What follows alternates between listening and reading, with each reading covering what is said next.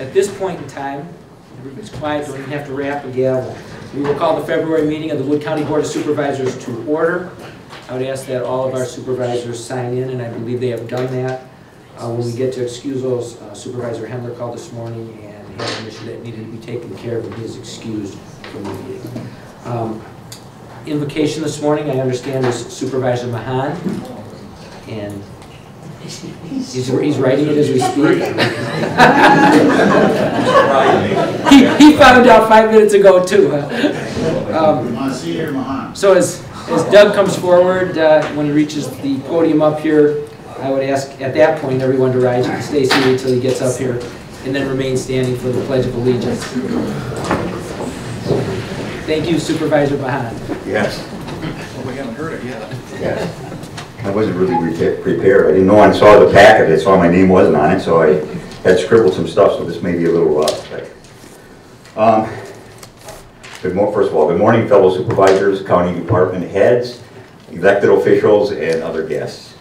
I would like to preface this by saying I am fulfilling a promise this morning to Supervisor Moody. I remember back when I first came on the board in 2012 that my phone rang on a Saturday afternoon, and my wife looked at the caller ID and she said, "Ruth Moody." And I go, "Oh wow, another county supervisor, great, I get to talk about politics. This is great." I picked up the phone, and those of you that are supervisors understand what she wanted that day, and she pressed me into service as to do the invocation. And I said, "Well, Ruth, I'm really uncomfortable with that right now. I've always been reluctant to mix politics and religion." And she said, "Well, that's okay, it doesn't have to be."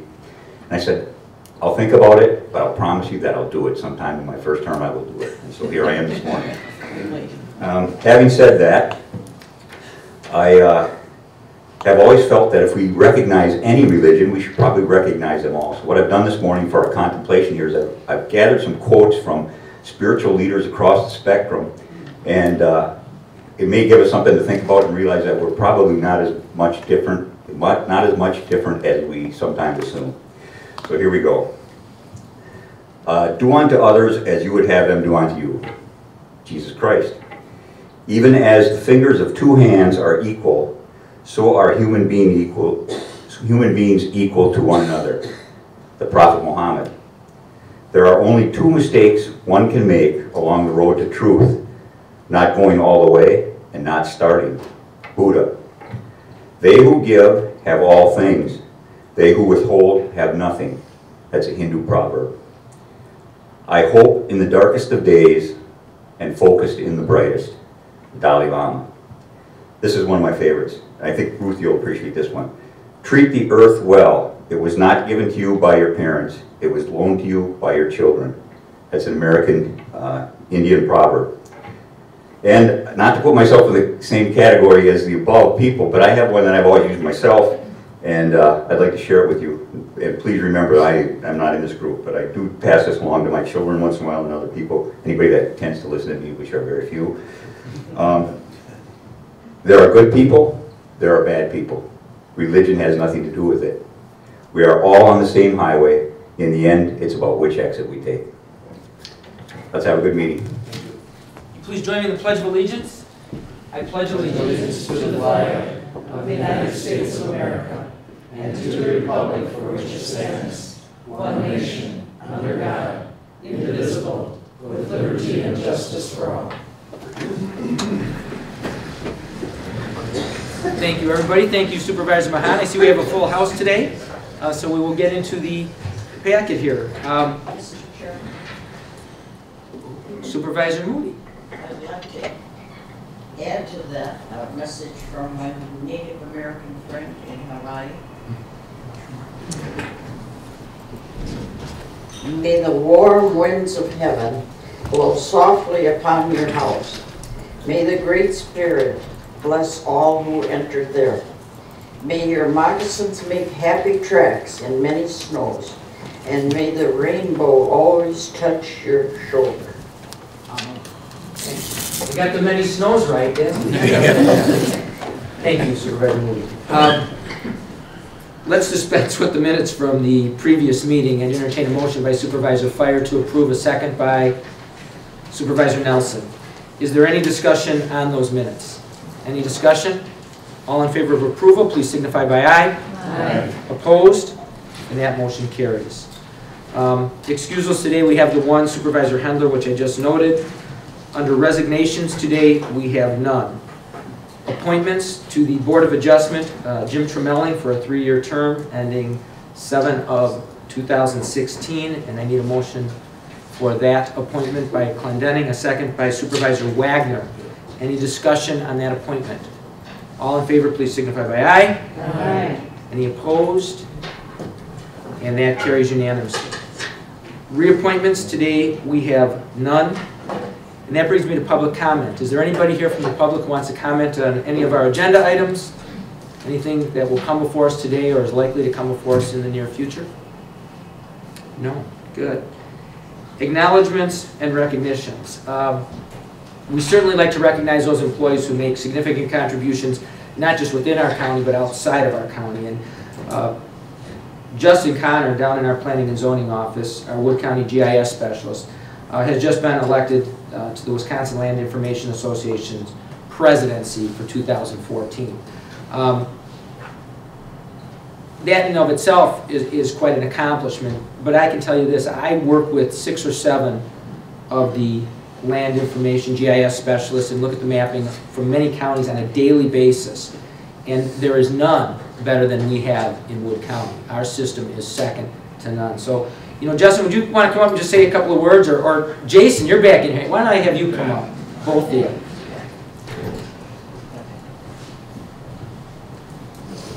And obviously for his work, dedication, and expertise, he has been recognized at a state level. I'm Jason Greenberg, the Director of the Wood County Planning Office, and I've had the pleasure of working with Justin for 8 years now. On behalf of Wood County, I'd like to congratulate Justin on becoming the President of the Wisconsin Land Information Association. WLIA is a professional organization with a membership of over 1,000 people across the state of Wisconsin, and it's focused on developing, maintaining, and making land records readily available to the public. The organization is 27 years old, and over that time, Wood County has had 3 presidents of the organization.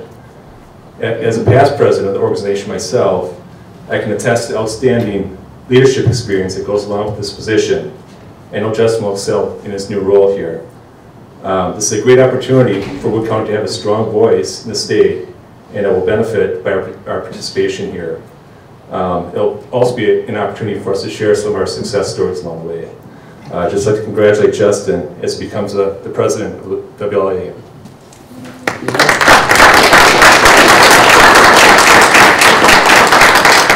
Anything?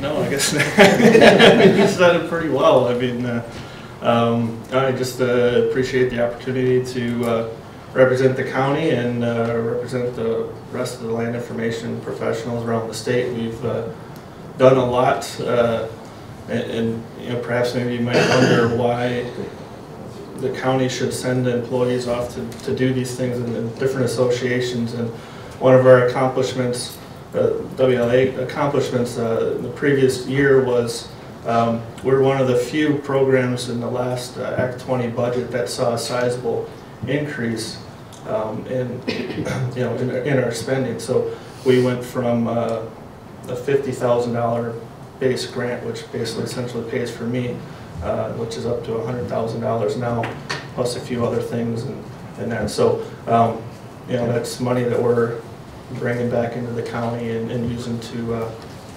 promote land records here. So thanks, and thanks for the kind words, Lance. Thanks, Joe. Appreciate it.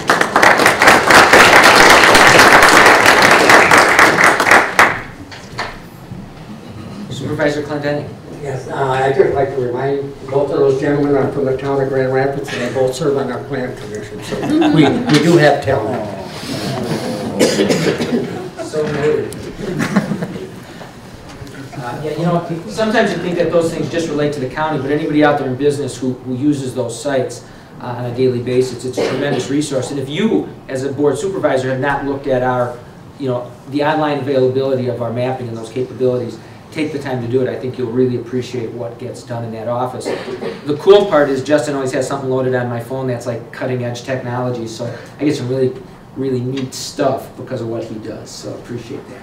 We do have a special order of business today, and we're going to take that right at the start of the meeting because we obviously have some of the brightest young students from around the county here today, and they probably need to get back to class to participate and help lead those discussions. So I think I see Tracy back there somewhere. Tracy, I'm going to turn the microphone over to you and the program. You can do the introductions. This is the Land Conservation Speaker Contest winners. We look forward to this every year. It's always entertaining. Probably the most entertaining thing we do all year long on this board floor. And I'll let you do the introductions and handle the program. Thank you. All right, we are going to teach you guys how to do speeches now. Thank you for the opportunity to have the students come. They've worked really hard on these speeches. All three of these girls are going to move on to the area competition representing Wood County this Friday, and then if they win at area, which a couple faces over there have already advanced, in past years they go on to state, which is March 10th. Just a disclaimer, the following speeches are personal views and beliefs on specific conservation topics and in no way reflect the Land Conservation Department's views or beliefs on these topics. Okay, the first speaker we have is the elementary division, and Jasmine Pleat from Grove Elementary will do her speech on Tree Climber Extraordinaire. You can just stand right there. Okay. Imagine you are walking through the forest seeking for an adventure. You see a squirrel, then BAM! You caught it! Well, that's every day of my life. I'm a pine marten. I jump through trees like Tarzan. What is a pine marten, you may ask? Well, I'll tell you. Pine martens are small, rare members of the weasel family. In fact, according to the Environmental Education for Kids website, they are an endangered species in Wisconsin. They are also often confused with two other critters that live in our state, the mink and the fisher. A pine marten is as big as an ordinary house cat, with dark brown fur that makes it seem like they rolled in mud. They also have a tan color around their front, which sort of looks like they lay their tummy down in melted caramel. Like many other species, the male and female are different sizes. The female's weight is from 1.5 to 1.8 pounds, and the male's weight is from 1.6 to 2.8 pounds. Now that you know what they look like, where can you find them? According to webpath.falloutsoftware.com, these mammals live in Alaska, Canada, Europe, and the upper parts of Wisconsin.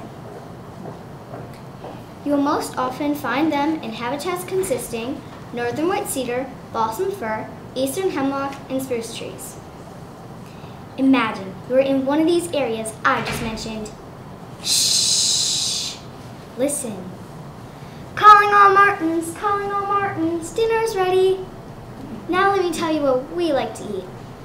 Pine martens are omnivores, which means they eat both plants and animals. I especially like mice, shrews, reptiles, birds, bird eggs, squirrels, nuts, fruits, or even carrion, or dead meat. One question that you may have been wondering is, why are pine martens endangered? Glad you are thinking that. According to the Environmental Education for Kids website, pine martens did not survive because people trapped them for their beautiful fur. Habitat destruction also reduced their numbers. So, how can you help? I have 3 important suggestions. 1. You can help by asking your parents to donate to the Endangered Resources Fund on their state income tax form. 2. Schools, classrooms, or organizations could try to raise funds to help with research and habitat preservation efforts. 3. You can help by doing informational speeches, like what I'm doing right now. Education and awareness is very important. We want to help this beautiful creature gain its numbers back and stay off the endangered species list. As George Orwell once said, all animals are equal, but some are more equal than others. I agree with him, and I hope that you do too.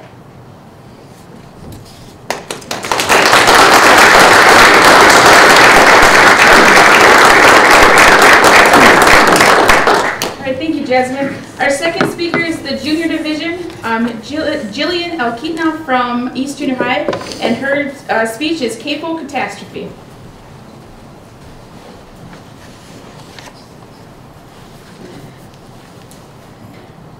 Old MacDonald had a farm, E-I-E-I. Oh no! Enter the CAFO catastrophe. I'm going to tell you about a big problem for Wisconsinites that some people may not even know about. In my speech, I will tell you about CAFOs and their potential harm and destruction of water's air, water, and even quality of human life. First of all, what is a CAFO? CAFO stands for Concentrated Animal Feeding Operation, which means that there is a total of 1,000 or more animals on a farm, much different from family-owned dairy farms across the state. CAFOs say that they are efficient by growing their crops to feed the animals, then using the manure from the animals on the soil to enhance the crops. This sounds like a perfect picture, but let's take a deeper look to see the real stinky side of CAFOs. Did you know that 1,600 animals produce the same amount of waste as a city of 36,000 people? According to Gordon Stevenson, a retired DNR regulator in the area of runoff management, quote, Wisconsin's 3.4 million cows produce more waste than the people of Tokyo and Mexico City combined, end quote. That amount of manure does affect our state and quality of life. One main concern is the quality of our drinking water. Our water can be endangered when CAFOs come to town. Although manure is supposed to be contained safely in large holding tanks, there are leaks that can cause major problems with the groundwater. According to the Environmental Protection Agency, quote, states with higher concentrations of CAFOs experience an average of 20 to 30 water quality problems per year as a result of manure issues, end quote. In Kewaunee County in eastern Wisconsin, 29% of private wells test unsafe due to bacteria or nitrates. In the town of Morrison in Brown County, an area heavily populated with CAFOs, it is estimated that 2/3 of the people now rely on bottled water. Manure that is spread on the crop fields is also a problem. It contains high levels of nitrates, E. coli, and phosphorus. It can even contain antibiotics that were used on animals, since 75% of those antibiotics being fed to animals end up in their waste. Lake Petenwell has caked blue-green algae during the summer months, which comes from fertilizer runoff.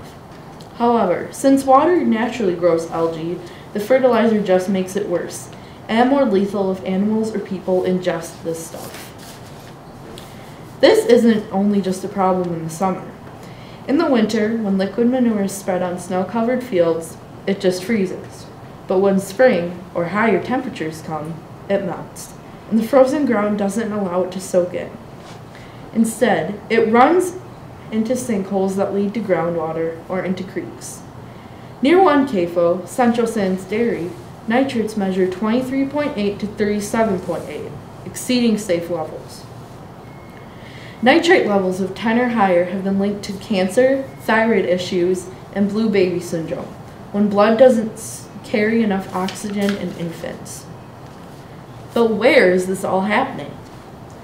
According to Gordon Stevenson, a former DNR employee, quote, the karst region of northeast Wisconsin and the Central Sands region are some of the most affected areas. The karst region contains many CAFOs. In fact, Manitowoc and Fond du Lac counties each have 14, while Kewaunee County has 16, and Brown County has 20.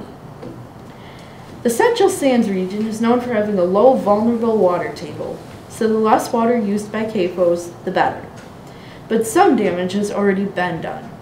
Long Lake and Little Plover rivers have run dry, while lakes in Hancock, Almond, and Plainfield are meeting that fate as well. According to Wisconsin laws, the lakes and streams belong to all of us. However, CAFOs require multiple high-capacity wells, which drain the water table quickly and greatly affect homeowners' private wells. One analogy to picture is drinking a chocolate shake, and then some unexpected visitors decide to pop their straws in and share your drink. Your shake is going to disappear much faster, and you may be left to pay the bill. I hope you see how some certain geography can't take the heat of CAFOs much longer, or they have already lost that battle. Every time you drive past a farm, you get that stinky smell in the car for a while. Yuck. But what if it was surrounding your house 24/7 and you couldn't do anything about it? In fact, you can smell manure up to 6 miles away from the source. Air quality is a concern with CAFOs due to both the stench and the health hazards. First, farmers try to get rid of the big rotting pit of poo by using spray irrigation, which is like watered down manure. Since water particles are lighter than sand or debris, they move faster and farther. However, these little droplets can carry and spread pathogens aplenty. Manure contains over 160 pathogens, viruses, and bacteria, plus antibiotics, barn cleaners, and copper sulfate solution for cleaning animal hooves. As if it could get any worse, traces of hydrogen sulfide, methane, and ammonia have also been found. The stink isn't just a nuisance, it can affect your health as well. Some people report having asthma attacks, flu-like conditions, respiratory illnesses, and nerve damage. There's also an increased number of pests such as flies and mosquitoes that bombard your yard. The CAFO workers don't have any immunity for themselves either. They are closer to the action, therefore more health concerns. So, with all these problems, is there a solution? Somewhat. You can contact your local legislator to support the DNR and the ability to consider the impact of CAFOs on water and air.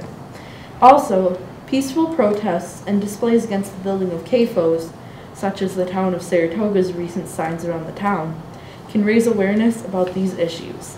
These are just some of the ways you can help make this big problem disappear.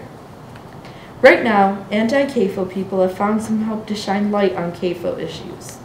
A recent news feature showed major companies such as DiGiorno and Kraft Foods dropping a CAFO as their supplier, after videos showing animal cruelty were released. The most important thing you can do is keep your ears, eyes, and nose open to finding out the truth about CAFOs. With your help, this success can continue to eliminate or better regulate CAFOs and put family-owned farms back where they belong. Thank you.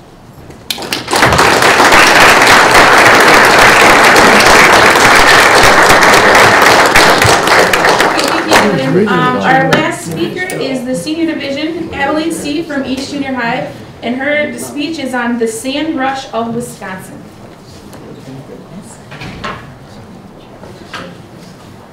All aboard the Fraxian Express. Next stop, Wisconsin for all you miners. Now, you're probably wondering, why Wisconsin?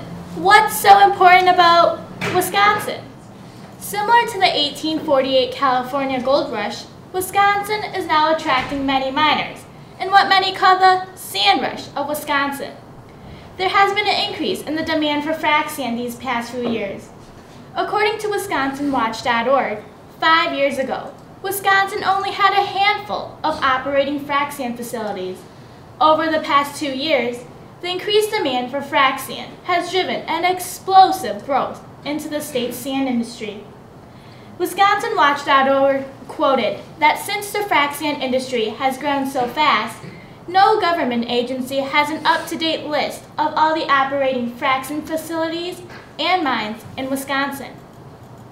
A year ago, the center had 41 facilities operating, but just this past summer, there were 87 operating or under construction, with an additional 20 facilities in the proposal stage. As of October 6, 2013, the state has had at least 115 operating frac sand mines and processing plants. Wisconsin is the #1 frac sand producer in the nation. Tom Willits, the frac sand specialist at the Wisconsin DNR, stated, "We have the best sand in the world, and we have a lot of it." Because Wisconsin has a huge supply of quality frac sand, sand mining companies from all over the country are coming here for the famous gold of Wisconsin, frac sand. According to Geology.com, frac sand has been used for the past 75 years. The frac sand is used to produce petroleum fluids for oil, natural gas, and liquids for hydraulic fracturing. Hydraulic fracturing or fracking is a process where someone drills a typical oil or gas well thousands of feet below the Earth's surface and then uses explosives to create cracks into the rocks beneath. A combination of water, chemicals, and frac sand are pumped under high pressure to expand the cracks so it is possible to easily remove the resources from the rock. According to the Wisconsin DNR, frac sand is high purity quartz and produced by the petroleum industry. It is crush resistant for oil and gas wells and can resist compressive forces up to several tons per inch. On the other hand, regular sand grains are very jagged looking and found in different sizes. They are multicolored with shades from a milky white color to a very dark black color. Frac sand grains are more nicely rounded and similar sized. According to WisconsinWatch.org, the frac sand mining and processing operations doubled from 2011 to 2012. Tracy Arnold, the director for the Wood County Land Conservation Program, has received calls from about 40 different states regarding about getting permits to mine the local sand for frac sand. There are many reasons to why there is a frac sand rush. 1. Due to recent development and technologies, hydraulic fracturing is now allowing deeper extraction that was not initially available. 2. Frac sand is now less expensive. 3. There is a large increase of hydrofracking. The recent frac sand boom both affects Wisconsin, positively and negatively. The recent explosion in Wisconsin's sand mining industry has provided the state with many jobs and an increased monthly income for the state's economy. It has also helped the tourism in Wisconsin because family members of the miners that work for the mining companies come and visit to check out the wonderful state and national forests Wisconsin is famous for. EagleWatch.com quoted, "Cities and houses are being destroyed for more land for frac sand." A bigger concern is the increased amount of water, land, and air pollution resulting from careless frac sand miners. Runoffs from frac sand mines include dangerous chemicals, which are contaminating nearby streams, rivers, lakes, and in turn, our drinking water. This problem is evolving rapidly, and many Wisconsin lawmakers are trying to pass new regulations concerning this issue. However, another controversy with frac sand includes deforestation in Wisconsin. Due to the increased demand in frac sand, more frac sand mines are being created, but in order for that to happen, there needs to be available land rich with frac sand resources. Central Wisconsin is enriched with frac sand, and several mines are being built in this area. To create more sand mines, sand mining companies need an open area where they can clear trees and dig deep into the Earth's surface to begin the hydrofracking process. Wisconsin is already having timber trouble concerning about the state's beloved trees being cut down drastically, and frac sand is definitely not helping the situation. Another issue that is rising as frac sand mining booms in Wisconsin are the potential health risks from the crystalline silica dust. The National Institute for Occupational Safety and Health notes that long exposure to the crystalline silica dust is linked to several lung diseases, including silicosis. Many people feel frac sand is not worth it for the environmental conflict it has caused, and others feel it is very important to welcome it into our state's economy. Nationwide, there have been many anti-fracking campaigns that have resulted in serious injuries and even deaths due to these controversies. Currently, local communities are trying to limit the fracking areas and create more strict regulations on how hydrofracking waste should be disposed of more properly. However, 2 state lawmakers are sponsoring a bill to restrict the ability to regulate the booming frac sand industry. According to the Milwaukee Journal-Sentinel, this draft bill is being circulated around and will not be taken until spring. According to the StarTribune.com, the short-term demand for frac sand in Wisconsin and Minnesota have fallen a little due to the increased amount and cheaper amount for frac sand. It has also stated that there was more frac sand than the industry currently needed and that the demand has cooled down a little. Michael Lawson, A spokesman for U.S. Silica, the country's second largest silica producer, quoted, "The supply and demand for frac sand are closer to being imbalanced lately. As you can see, frac sand is vitally important to Wisconsin because it supports thousands of people with jobs and money for the economy. Wisconsin is the #1 frac sand producer in the nation. It is also important to keep in mind on how to dispose of frac sand mining waste more properly. Whether you like it or not, the Frac Sand Express has already taken its train tracks into Wisconsin." Thank you for listening.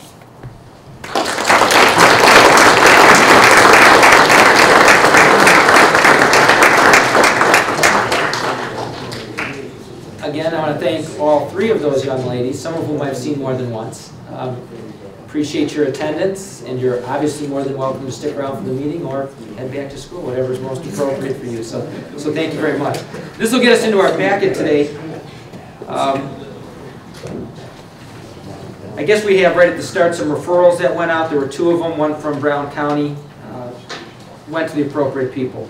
Supervisor Minor, Sheriff Reichert, Human Resources Department, and another one from Dunn County that went to the Judicial and Legislative Committee. And just, there's probably more than that come around every month. They get routed to the proper place right away for consideration. Page 11 in your packet is the Executive Committee minutes of Tuesday, January 21st. Executive Committee of Tuesday, February 4th on 12, 13, and 14. Any questions there? The Wellness Board meeting minutes of Tuesday, December 10th on 15. Monthly letter of comments from Human Resources on 16. Their comments, additional comments from February on 17. County Clerk's update on 18. They have a primary going on today that they're dealing with. So those of you who have elections within your districts, make sure you get out and vote. Yeah, only the City of Wisconsin Rapids and the Marshfield School District, so only if it applies to you. We have comments from the County Clerk again on 19. Safety and Risk Management's report on 20. That was their December report. Their January report on page 21. Systems report from Amy Kaup on 22, 23, 24, 25. Maintenance Department's report on 26 for January. Report for February 4th on 27. Finance Department 28, 29. The report from Tuesday, February 4th from the Finance Department on 30, 31. Are there any questions on anything from the Executive Committee minutes of any of those meetings? We have 8 resolutions, I believe, together here that are all budget amendments. There is one of those on page 41, it's item 1-5, that is going to be amended. But without objection from this body, or unless you want one pulled, we will take those together. Is there any objection to that? The clerk will read those when we get to the motion. The motion will include that amendment on 1-5. No objection? I'd ask the clerk to please read the resolutions. Okay, we're on page 33. It's item 1-1 to amend the budgets of maintenance, courthouse and jail, and CBRFs for transfer of available appropriations from courthouse and jail to CBRFs. Fiscal note, no additional cost to Wood County. The additional appropriations needed in CBRFs are available and are not anticipated to be spent in courthouse and jail. Transfer totals $5,000. Item 1-2, which will be numbered Resolution 14-2-2, to amend the 2013 budget for the coroner function for additional expenditures not anticipated during the original budget process. Fiscal note, no additional cost to Wood County. The source of the funding is additional cremation revenue that was not anticipated during the original budget process. The adjustment to the budget totals $1,000. Item 1-3 on page 37, which will be numbered Resolution 14-2-3, To amend the 2013 budget for dispatch to fund higher than anticipated expenditures. Fiscal note to transfer $20,000 from available balance in contingency to dispatch. At the time of this request, the funds available in contingency are $30,000. The adjustment to the budget totals $20,000.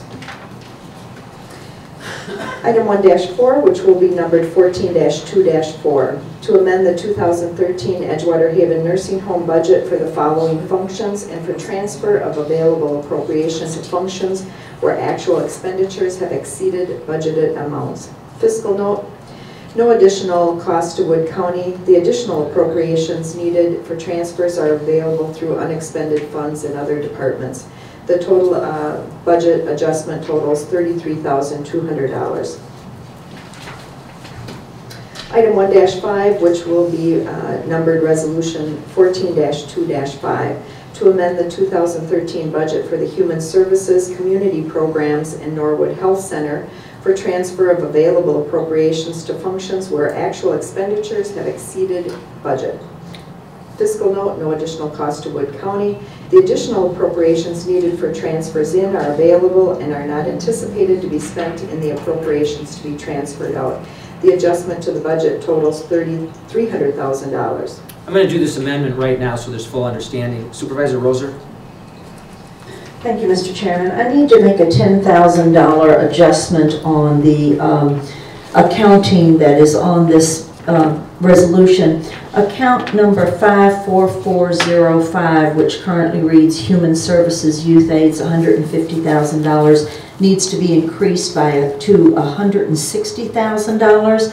And account number 54475, which is the Human Services Mental Health Contracts under the credit column, needs to be increased from $285,000 to $295,000. And I ask that you make that amendment, please.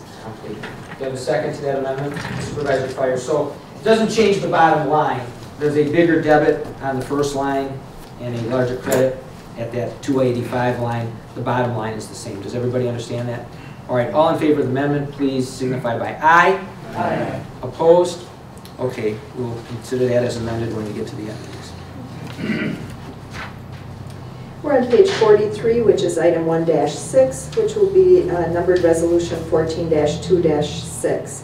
To amend the budgets of Planning and Zoning Administration and Surveyor for transfer of available appropriations from Surveyor to Planning and Zoning Administration.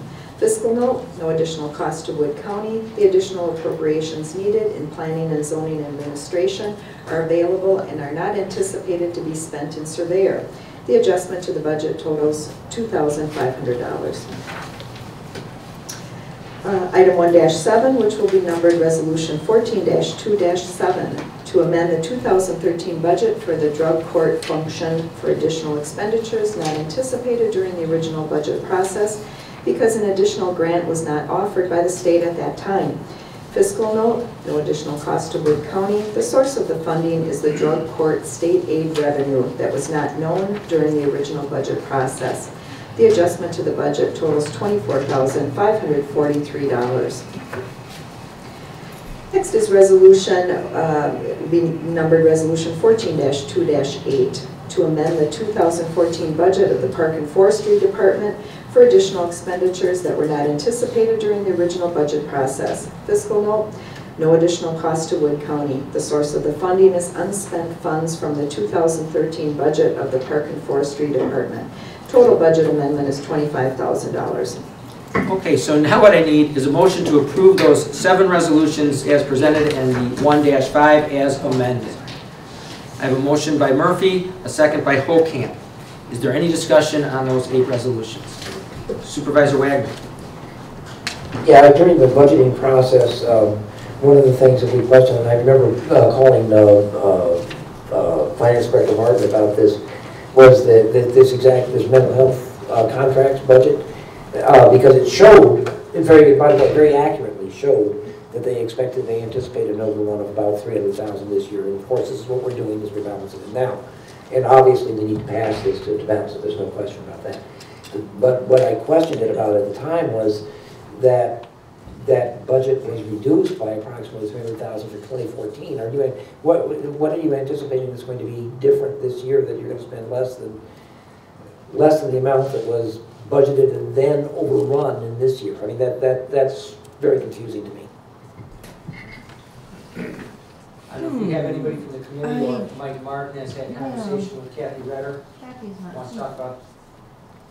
I'm trying to, if I may, Mr. Chairman, I'm trying to remember the details of all that, and I tell you, I don't remember the details of all of that. So if we could defer that and let me, since Kathy's not here today, she had another meeting that she had. Mr. Wagner, would you object if I got back to you on that? Okay. No objection. And Supervisor Wagner, your point is right. Absolutely. I mean, we want to, our budgets, we want to as accurately reflect the expenditures and revenues as we possibly can. So we will look into that. All right, so we have the motion, the second. Any further discussion? Any further discussion? All right, this will be an adventure. Let's try this. Please vote.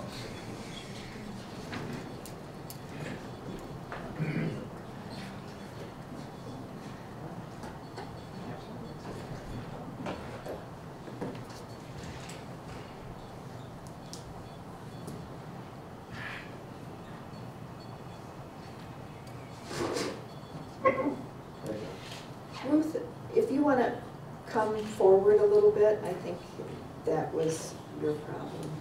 Yeah, fine. Ruth, you're going to have to, if you can't move up to about where Supervisor Holcamp is. Supervisor Holcamp's going to have to move up where Supervisor Wagner is. You know, we have tested this at length with the room empty and in other rooms, and it works flawlessly. So there's got to be, there goes Supervisor Holcamp's is going in. I'll try it again. There we go. There's got to be some interference in here that has happened with the new setup, and we're going to work on that. Again, thank you very much. That created an answer. You know, Supervisor Moody, if moving up and back and forth is difficult, if you want to just change your name tag and move up front, that might be easier as we go forward. Page 49 in the packet. We're going to get to try this a few times today. Another resolution from the Executive Committee. This will be Resolution 14-2-9 to accept offer of sale of tax deeded property.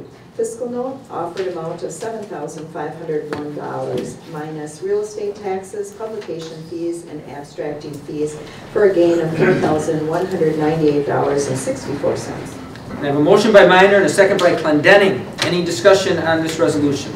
Any discussion? All right, please vote.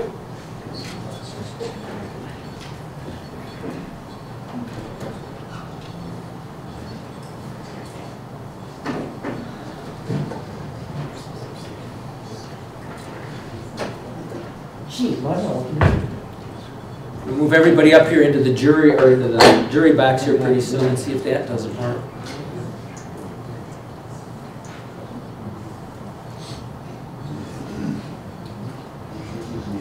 We're closing in on it.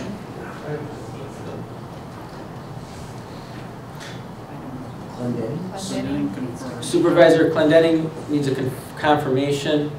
Supervisor Moody, keep pressing. Or come closer. Why don't you bring a chair up here? Oh, there it goes. You're received now, Ruth. Give it one more.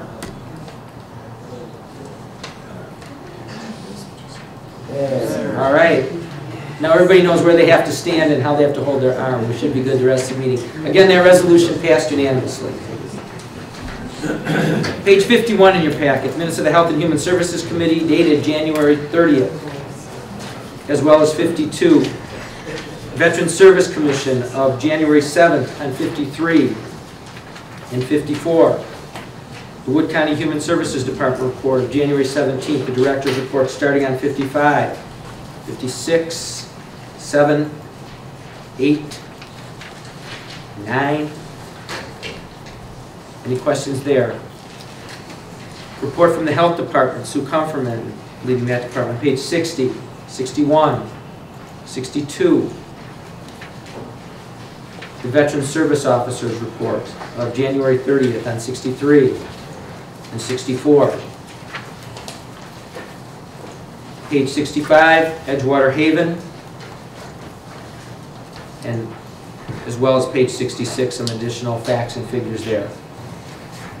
The Wood County Public Safety Committee of January 15th on 67, 68, 69, and 70. The Civil Service Commission meeting of January 22nd is on 71. The Humane Officers Report is on 72. The Coroner's Report, 73. His yearly report on 74. And then we have a whole bunch of pages. It looks like about page 75 through 82. Wood County Jail population figures, electronic monitoring figures. Anybody have any questions on anything from public safety? Page 83 in your packet. Conservation, Education, Economic Development Committee of Wednesday, February 5th. That's 83, 84, 85, and 86. Anybody have any notes there or questions? Monthly reports from various parts of the Land Conservation Office, starting with Jerry Stork's report on 87, 88. UW Extension reports start on 89, 90, 91, 2, 3, 4, 5, all the way through 96. Any questions for UW Extension? Anywhere from 89 through 96. The Seed Committee minutes, the staff report, actually, I apologize, from February 5th. From Planning and Zoning begins on 97, 98, 99, 100, 101, and 102. Got some information there from Central Wisconsin Economic Development on 103. Their meetings from 104. Additional information on pages 105, 106 through about 112. Any questions there in regard to the economic development? No questions. All right, we're at page 113, and Community Development Block Grant Housing Committee, the public hearing of September 26th, and 113 and 114. The Housing Committee meeting of November 13th on 115, 116, 117. Not sure how we get there next, but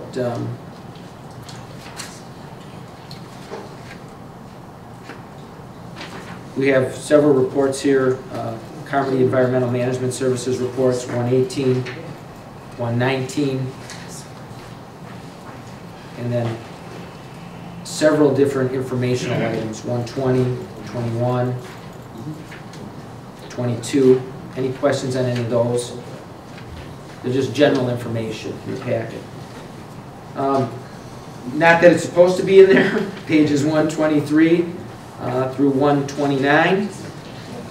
Jason Grunenberg, since we just hired him as the Director of Planning and Zoning, we figured we'd throw his performance evaluation into the packet. That is not supposed to be in there. It's not filled out. It's an example of what they look like. I'm glad it wasn't filled out in his part of the packet, but that was not supposed to be there, and it was. So forgive us for that. Seed Committee, from Hildy Hinkle, the WCA Environment and Land Use Committee, their steering committee meeting of January 30th. I think that took place at the Mead. Wasn't that the one down there, Hildy? At the Mead.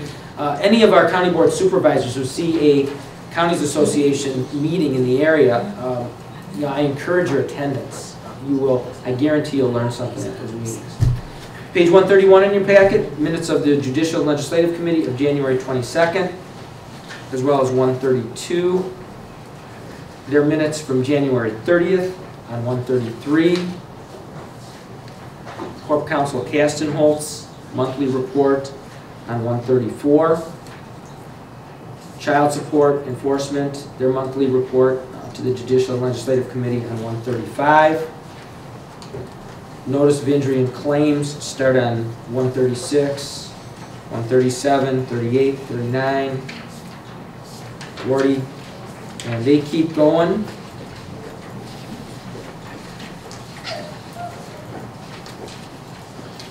All the way to page 157. Is there any questions on any of those? If there are, I'd recommend, and those are informational, meet with Corp Counsel Kastenholz and ask those questions. Any questions on any of that? No? That brings me to page 157 in the packet. There's a resolution there from the Judicial and Legislative Committee and Executive Committee. I've asked by the chairman to have that resolution pulled from the packet. Is that correct? That is correct. Is there any objection to that being pulled from the packet? No? Okay, so that will be acted on, I understand, next month, most likely, Bill? Yes. All right, thank you.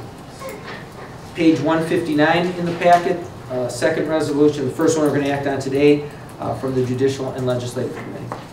This will be Resolution 14-2-10 to provide clarity to the issue of who has the authority to enter into agreements for the acquisition of interests in real property by establishing a county board rule that states such authority resides with the county board and providing a method for the exercise of that authority.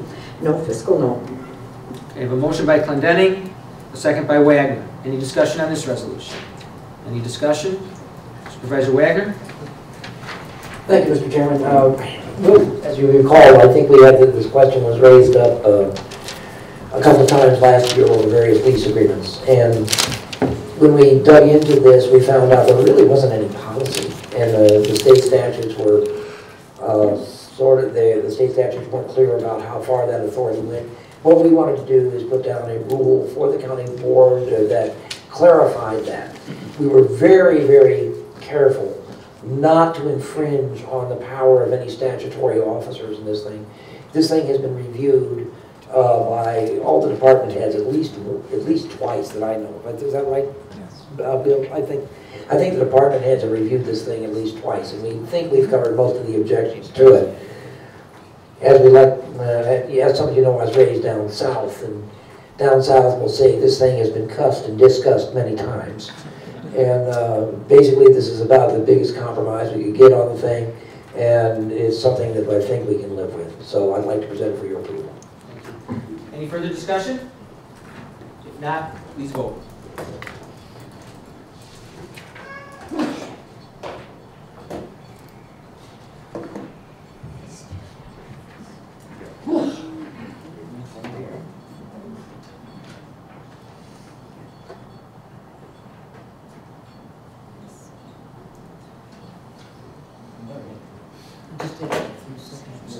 Supervisor Ashbeck, your vote isn't registered yet, Bob? You're halfway there. Supervisor Moody?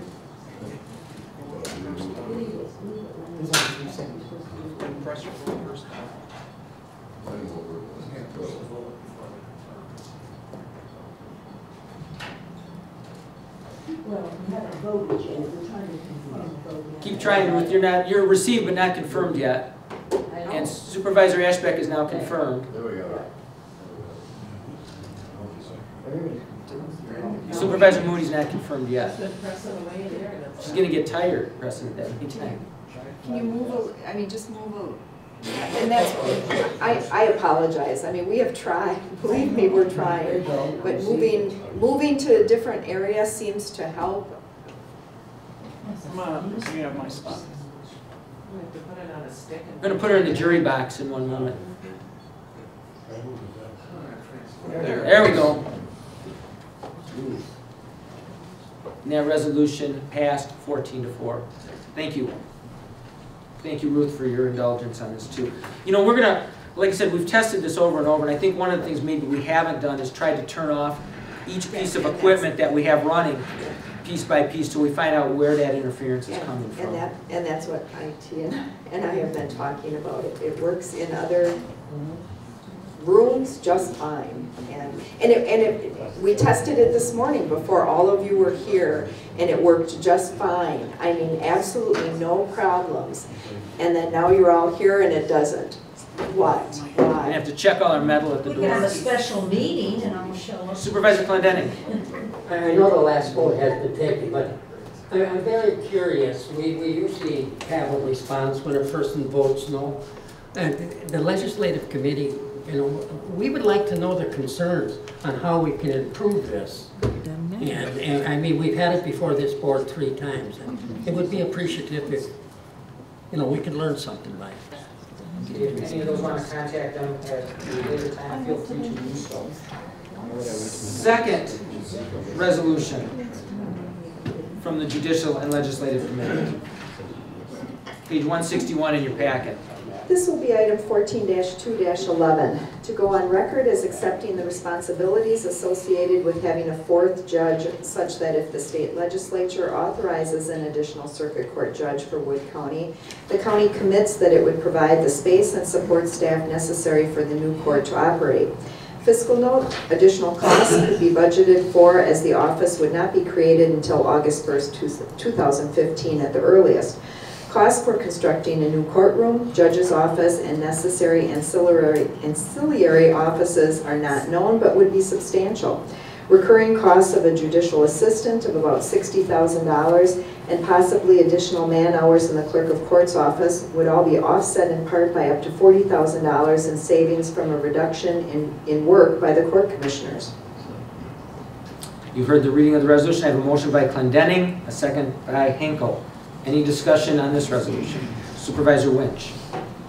Thank you, Mr. Chairman. We've got 3 courtrooms now. I was briefly talking with one of the judges, and I wonder if there isn't some ways that we could possibly become more efficient with what we're doing with the space that we already have before we make a definite commitment to this. Thank you. Any other discussion on this resolution? Supervisor Mahan. Thank you, Mr. Chairman. This is a resolution that I've somewhat struggled with myself because we're talking about a pretty large capital outlay here. We have some structural concerns if we're going to build or adapt another courtroom. We have additional staff. And I'm not sure that we can measure what we gain by that. And I guess what I'm looking for is just some input from some other people so that I can get a better handle on the situation. Thank you. Supervisor Minor, and I'll be back. Supervisor Clendenning. Oh, Bill probably... No, go ahead. No, we were probably in the same meeting where I guess the one thing I want to bring up is when they look at the judicial needs in the state, Judge Potter has made very clear we're actually number 2. There's a measurement there of judicial need. We're number 2 in the state for additional circuit court judge. If we were to get the 4th one, that moves us down to 19 out of 72 counties. It moves us to 19. So I think that, with the reserve courtroom, I don't think you're going to see a Judge Wolf sitting in branch 3 all the time. He's going to have to, they're going to have to move stuff around, and they will get more efficient with their, whether it's a plea hearing or whether it's a trial or whatever. As far as space needs for temporary fix, yes, I think we have the space here with very minor modifications that they could use in the interim. Supervisor Clendenning. Thank you, Chairman. Yes, this didn't come out of our meeting. There was meetings held, Lance, myself, and Peter Kassenholz, and others attended a meeting with the judge. And I think this is very important to be prepared. If people have concerns, I don't want to blindside you, but just to let you know that with an additional judge, that's going to put a load on our district attorney's office. And that's another thing. The judges are paid for, the district attorney are paid for by the state, but we have to supply the place for it. So I think this is a resolution that's very timely with what's going on in Wood County with its space needs committee. Yeah, I've been aware for some time that the district court commissioner, who is now Judge Potter, by the way, the previous district court commissioner was saying all along how understaffed Wood County was as far as judges were concerned. And Clendenning brings up a really good point too, is that the district attorney, the attorney general's office is also telling us we're short as many as 4 DAs, 4 assistant DAs. And we don't have room for them either. But it's not likely that the funding's going to come for those 4 assistant DAs. But it does appear likely that funding will come sometime late this year or early next year for a judge. And so we have to be prepared for it. And I think it will. I know there will be an offset in the cost we're expending on court commissioners, because I know a lot of the bankruptcy cases are being sent to the court commissioners. I know a lot of the divorce settlement stuff are being sent to the court commissioners. I think there'll be. I think that there will be a nice offset, but we do need to be prepared. Any further discussion? Any further discussion? All right, if not, please vote.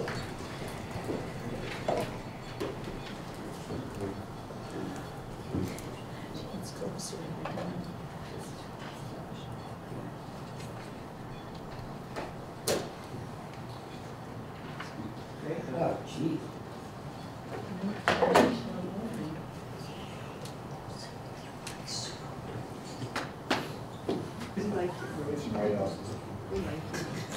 There you go. Hey, all right, and we're home. That resolution passed 17-1. Probably the first supervisor ever to get an applause, standing ovation for getting the vote. We're through most of it. All right, minutes of the Kirk Committee, Highway Infrastructure and Recreation Committee on 163, 164, 165, 66, and 67. Any questions there? Various reports from their different supervisors, starting on 168, 169, Chad Schooley's report on 170, Forest Administrator's report on 171. On the parks, I just mentioned I was talking to our Parks Administrator yesterday. He told me that he thought the single biggest day that they ever had at Powers Bluff was last weekend.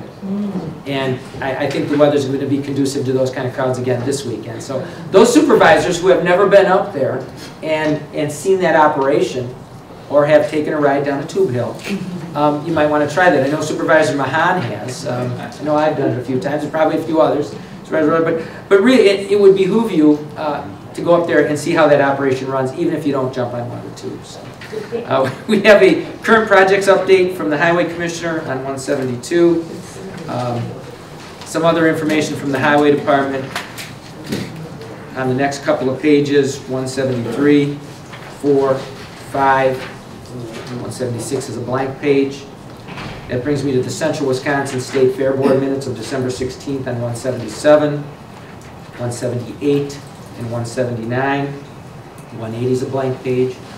181, South Central Library System Board of Trustees of December 19th, as well as 182, 183, and 184 is a blank page. Minutes of the University Commission meeting of November 21st on 185. Go to 187 next. We have the Space Needs Implementation Committee meeting minutes from January 6th, and they have had a very aggressive meeting schedule. So they're on page 187 is that meeting from January 6th. Their meeting from January 21st on 188. Page 189, the meeting minutes of the Board of Directors of North Central Community Action, as well as page 190. The North Central ITBEC Board minutes of Thursday, September 19th, and we are going to hold that the next meeting we host, and we're going to host that in Marshfield. Don't have an exact time and place yet, but we're pretty sure. We know it's going to be in Marshfield, and we'll clarify the wheres and whens as we go forward. That's 191, 192, and 193. The ITBEC Tourism and Economic Development Advisory Committee meeting of 194, 195, and 196. We have 2 more resolutions here. I'm going to take these out of order here real quickly. Page 199 in your packet, and that is the approval of the fire warden list. This will be Resolution 14-2-12 to approve the Wood County Fire Warden list. No fiscal impact. Okay. Motion by Roser, second by Mahan. Any discussion on this? All in favor signify by aye. All right, opposed? All right, we got that done. The last resolution in the packet, I'm going to ask the clerk to please read that. This will be Resolution 14-2-13, and this relates to the life and public service of Kenneth Schrader. Okay. Need a motion on this resolution, if I could, please, by Supervisor Alward, and a second by Supervisor Murphy. All in favor, please signify by aye. Aye.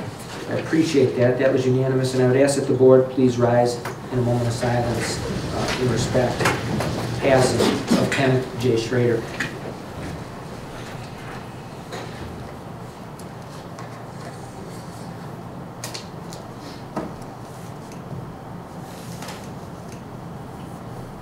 And I thank you very much for that recognition. I'd ask to make sure that everyone signs that resolution and that a copy will be forwarded on to the family. Just as a side note, last month we had a condolence resolution for Al Buckberger, and his wife called me the other day and said how much her and the family appreciated it. Nice to know. So I thank you. Our next meeting is scheduled for March 18th, the day after St. Patrick's Day, I believe. Expect you all in good stead that day. Is there any other business that needs to come before the board today? All right, seeing none, I'd entertain the motion to adjourn by Supervisor Alward, second by Supervisor Nelson. All in favor, please signify by aye. Aye. Please signify by aye. Opposed? I think we were adjourned prior to the motion. I guess you've checked out. Motion carries.